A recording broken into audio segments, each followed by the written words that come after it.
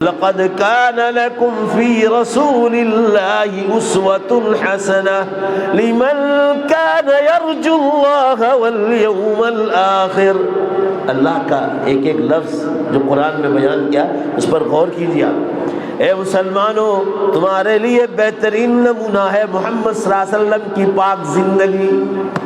وہ کیسے کھاتے تھے، وہ کیسے پیتے تھے، وہ کیسے سوتے تھے، وہ بازار کس طرح جاتے تھے، انہوں نے بیویوں کے ساتھ زندگی کیسی گزاری، سیٹھ بن کر بھی خود نے کیسی زندگی گزاری، اور کسی اور کے یہاں بکریاں چرا کر کس طرح سیٹھ کے حقوق ادا کیے، پڑوسیوں کے حقوق کس طرح ادا کرتے تھے، اپنوں متوالے اور عاشقین کے ساتھ کس طرح رہتے تھے، اور دشمنوں کے ساتھ ان کا برتاؤ کیا تھا، سفر میں کیسا برتاؤ تھا، گھر پر کیسا برتاؤ تھا، مسجد میں آپ کا برتاؤ کیسا تھا، جنگلوں میں جاتے تو آپ کا برتاؤ کیسا تھا، بازار میں بیٹھتے تو آپ کا برتاؤ کیسا تھا، لوگوں کے ساتھ معاملات کرتے تھے تو آپ کا برتاؤ کیسا تھا، خریدنا کس طرح، بیچنا کس طرح، کھیتی باڑی کس طرح، فرمایا ہر چیز کو کھول کھول کر بیان فرمایا.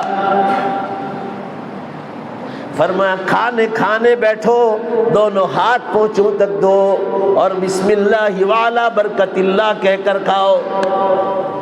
کھانا ذکر کرتے کھاؤ. کھانے کے بعد الحمدللہ الذی اطعمنا وسقانا وجعلنا من المسلمین پڑھو. کسی اور کے یہاں دعوت کھاؤ تو اللہم اطعم من اطعمنا واسقی من سقانا پڑھو. آپ دسترخوان پر یہ کام کیا آپ نے تو آپ دسترخوان پر مسلمان کہلائیں گے، اور نہیں کیا آپ نے تو آپ دسترخوان پر مسلمان نہیں.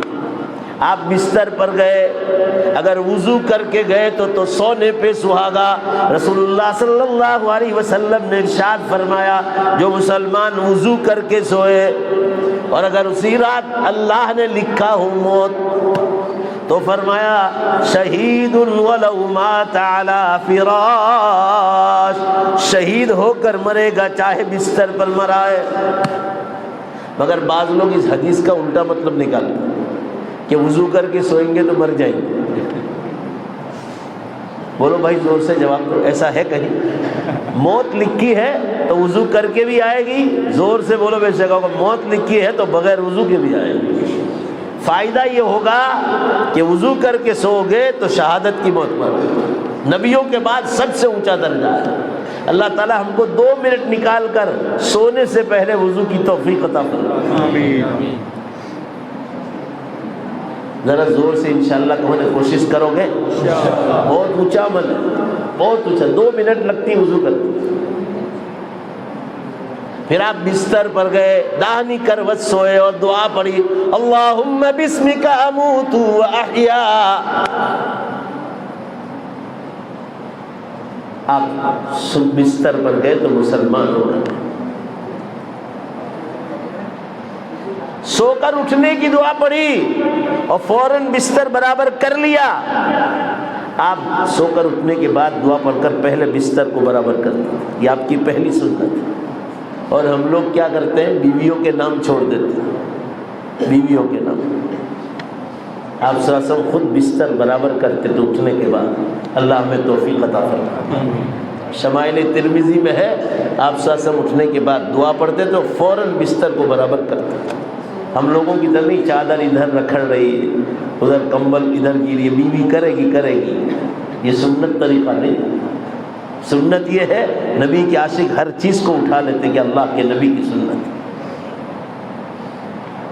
اب آپ وضو کر کے دانت صاف کر کے نماز کو گئے وضو کر تو اب آپ کا سلسلہ رات کو کھانے سے شروع ہوا، اب آپ سیدھے یہاں تک مسلمان کہہ رہا ہے. اب چائے پانی کر کے کھیتی باڑی پر جاؤ، بزنس پر جاؤ، ایجوکیشن کے لیے جاؤ، جہاں بھی جاؤ اللہ کے حکم کو دیکھو گے.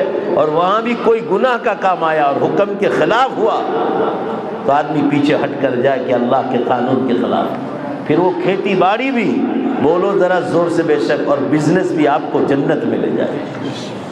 آپ لوگ بہت دھیمے سے بولتے ہیں بے شک. ذرا زور سے بولنا چاہیے۔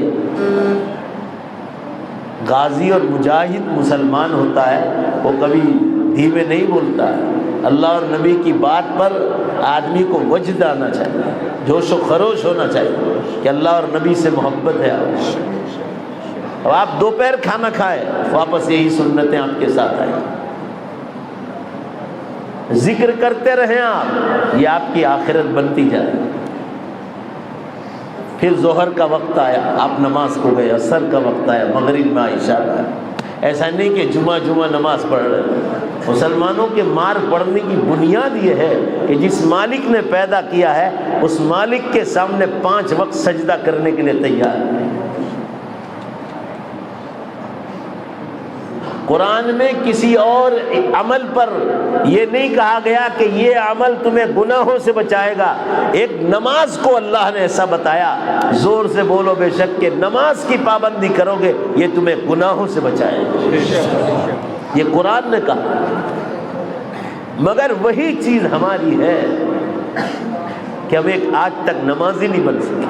5 وقت کے نماز، آپ عصر میں آؤ، ظہر میں آؤ، مغرب میں آؤ، عشاء میں آؤ۔ جمعہ کے دن دیکھو پاؤں رکھنے کی جگہ نہیں، جمعے کی عظمت بٹھائی تو فرض نماز کی عظمت بھی بٹھاؤ۔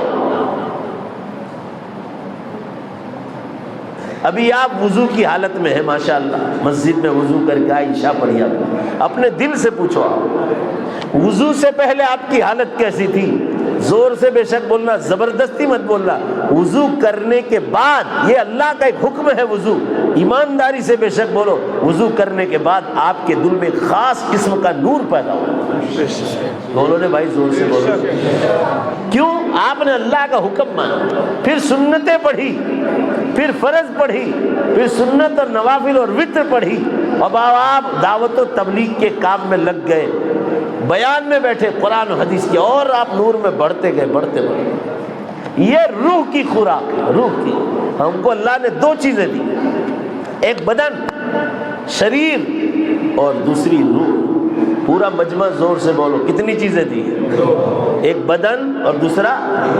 ہم بدن کے لیے سب کچھ کرتے ہیں، ساری دوڑ بھاگ بدن کے لیے، جو ایک غیر مسلم کرتا ہے وہ ساری دوڑ بھاگ ہمارے لیے، مگر روح ہماری بھوکی پڑی ہے، بھوکی پڑی ہے۔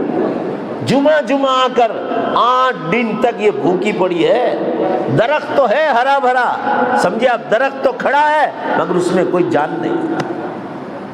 بدن کو تو پال رہے، کھانا دے رہے، پینا دے رہے، خوراک دے رہے، اناج اور غلہ دے رہے، دودھ، گھی اور مکھن دے رہے، یہ بدن کی غذا ہے۔ مگر مسلمانوں زور سے بے شک بولو، روح کو بھی خوراک کی، زور سے بولو بے شک روح کو بھی خوراک کی ضرورت ہے، اور وہ خوراک ہے نماز، روزہ، زکوٰۃ، حج، قربانی، تلاوت، ذکر اللہ، درود شریف، استغفار، تعلیم، بیانات، دعوت و تبلیغ میں جانا، گھر گھر تعلیم زندہ کرنا، تہجد پڑھنا، دعائیں مانگنا، خیرات کرنا، آپس کے معاملات صاف صفائی، کسی کا 5 پیسہ نہ کھائیں، سود اور ویارت کے کاروبار سے بچیں، حلال روزی کمائیں، 100% حلال۔ پڑوسی کا حق، ماں باپ کا حق، رشتہ داروں کا حق، اولاد کا حق، بیوی کا حق، بیوی کے لیے شوہر کا حق، رشتہ داروں میں میراث اور وراثت کا معاملہ مفتیوں کے پوچھے بغیر آدمی اپنے آپ نہ کرے، یہ روح کی خوراک ہے۔ آج ہم لوگ بدن کو تو پال رہے مگر روح مری ہوئی پڑی ہے۔ اس لیے اللہ کی طرف سے مار پڑ رہی کہ جس مقصد کے لیے بھیجا ہے وہ مقصد چھوڑ بیٹھے ہو، اور جو زندگی کا مقصد نہیں، روزی کتنی دینا ہے قرآن میں 12ویں پارے میں ہے، انسانوں اگر تمہارے ہاتھ میں روزی ہوتی تو دنیا کا ہر انسان کروڑ پتی اور ارب پتی ہوتا۔ بولو بے شک زور سے، اللہ نے صحیح فرمایا کہ نہیں فرمایا؟ کب کس کو مالدار بنانا ہے، کب کس کو غریب بنانا ہے، پورے مجمع میں سے آواز آنی چاہیے، کس کے ہاتھ میں ہے؟ اللہ کے ہاتھ میں۔ جب وقت آئے گا تو مال دیتا ہے، وقت آتا ہے تو غریب بھی بنا دیتا ہے، قرض بھی آ جاتے ہیں، حالات آتے۔ تو روح کی خوراک چاہیے، روح مری ہوئی پڑی ہے، اس کو زندہ کیجیے آپ، اور وہ زندہ ہوگی رسول اللہ کی سیرت سے، آپ کی مبارک سنتوں سے۔ آپ دن میں 10-15 مرتبہ ہر نماز سے پہلے تو مسواک کرتے تھے، کھانا کھانے سے پہلے مسواک کرتے، کھانا کھانے کے بعد مسواک کرتے۔ آپ کہیں بازار سے تشریف لے آتے یا سفر سے تشریف لاتے، فوراً آپ کے منہ میں مسواک ہوتی تھی اور آپ دانتوں کی صفائی فرماتے تھے۔ آپ ہر جمعہ کو ناخن صاف کرتے تھے، ہر جمعہ کو بدن کے بال صاف فرماتے تھے، یہ نبی کی سنت میں سے۔ اور یہاں تک بتلایا 40 دن میں بدن کے بالوں کی صفائی نہیں ہوگی اور 41واں دن لگ گیا، صحیح مسلم کی حدیث میں ہے، وہ گناہ میں داخل ہو گیا۔ طریقہ بتلایا، زندگی گزارنے کا طریقہ بتلایا، ناخن کاٹنا، مونچھیں کتروانا، داڑھی کو بڑھانا، روزانہ غسل کرنا، کپڑوں کی صفائی، بدن کی صفائی، مکان کے کمروں کی صفائی، مکان کے آنگن کی صفائی، جگہ جگہ پر، اور صفائی ستھرائی کو آدھا ایمان بتلایا۔ یہ روح کی خوراک ہے، روح کی خوراک۔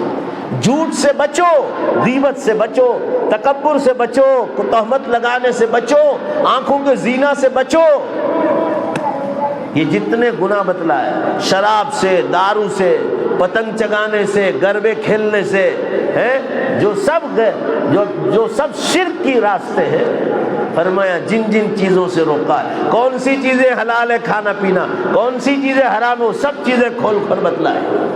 حلال جانور کا گوشت کھاؤ، میکڈونلڈس کی ہوٹلوں میں مت کھاؤ، تو نہیں کھانا چاہیے۔ پلینوں میں، ٹرینوں میں گوشت آتا ہے، وہ کہے وہ سکہ بھی مارو کمپنیوں نے، تو بھی مت کھاؤ۔ جہاں شک ہو وہاں سبزیاں کھا لو، مر جاؤ گے۔ حکم ہے اللہ۔